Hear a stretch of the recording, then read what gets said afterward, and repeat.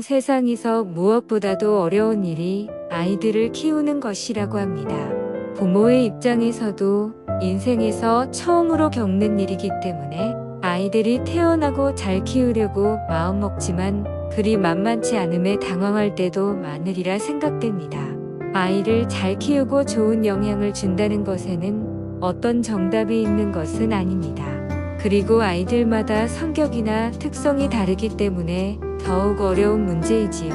그렇다면 과연 어떻게 아이들을 키우는 것이 좋을까요? 그동안 쌓여왔던 경험들을 들여다보고 그것에서 좋은 것을 취하는 방법이 해결책 중 한 가지이기도 합니다. 그렇기 때문에 일반적으로 아이를 키우는 부모들이 보이는 양육 형태에 대해 살펴보려고 합니다. 부모의 양육 방식은 아이의 성장과 발달에 큰 영향을 미칩니다. 보호와 사랑을 제공하면서 동시에 건강한 자아 발전을 위한 도전과 경험을 제공하는 것이 중요합니다. 이를 통해 아이는 자신의 감정을 인식하고 자신감을 가지며 자신의 가치와 목표를 발견할 수 있습니다. 하지만 어떤 형태의 자녀 양육 방법만이 최선이라고 말하기는 어려운 것이 사실입니다. 그럼 일반적으로 분류되는 부모들의 자녀 양육 방식을 살펴보며 내 아이에게 어떻게 해야 할지 생각하는 시간을 가져보도록 하겠습니다. 첫 번째로 친해적 양육 형태가 있습니다. 부모는 아이를 사랑하고 지지하면서 존중하며 인정합니다. 이러한 양육 방식은 아이의 자아 개발과 자기 존중감을 높여줍니다. 친해적인 양육은 아이에게 자신감과 독립성을 배우게 하는 것입니다.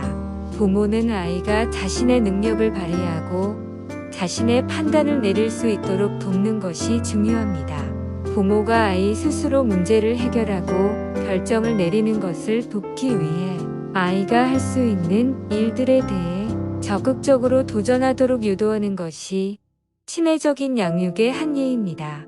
두 번째로 규율적 양육 형태가 있습니다. 부모는 규칙과 규제를 명확히 제시하여 적용하고 일관성 있게 정해진 규칙을 시행합니다. 이러한 양육 방식은 아이가 책임감과 자제력을 배우고 안전한 환경을 제공합니다. 부모님들은 자녀들에게 적용되는 규칙을 명확히 제시하고 적용해야 하는데 부모의 일정에 관련하여 제대로 시행하지 않는다면 아이들에게 규칙을 깨뜨리는 여지를 줄 수도 있습니다. 한편으로는 부모님들은 자녀들이 규칙을 잘 이행했을 때 긍정적인 피드백으로 조금은 과장된 칭찬을 하는 등의 강한 반응을 하여 아이들이 규칙을 지켜야겠다는 의지를 심어주는 것이 필요합니다. 이에 반해 행동이 부정적일 때는 적절한 처벌을 적용하여 무엇이 잘못되었는지 알 수 있도록 하는 것이 중요합니다. 세 번째로는 포괄적인 소통 방식의 양육 형태가 있습니다. 아이들은 그들의 감정과 느낌을 솔직하게 표현하도록 유도되어야 합니다. 부모는 이에 대해 적극적으로 대응하여 아이들의 감정을 수용하고 이해해야 합니다. 포괄적인 소통은 부모와 아이 사이의 상호작용이 중요한 역할을 하게 됩니다. 그런 관계를 만들기 위해서는 강압적인 것이 아니라 자연스럽게 아이들이 마음을 열도록 하는 것이 기본이 될 것입니다.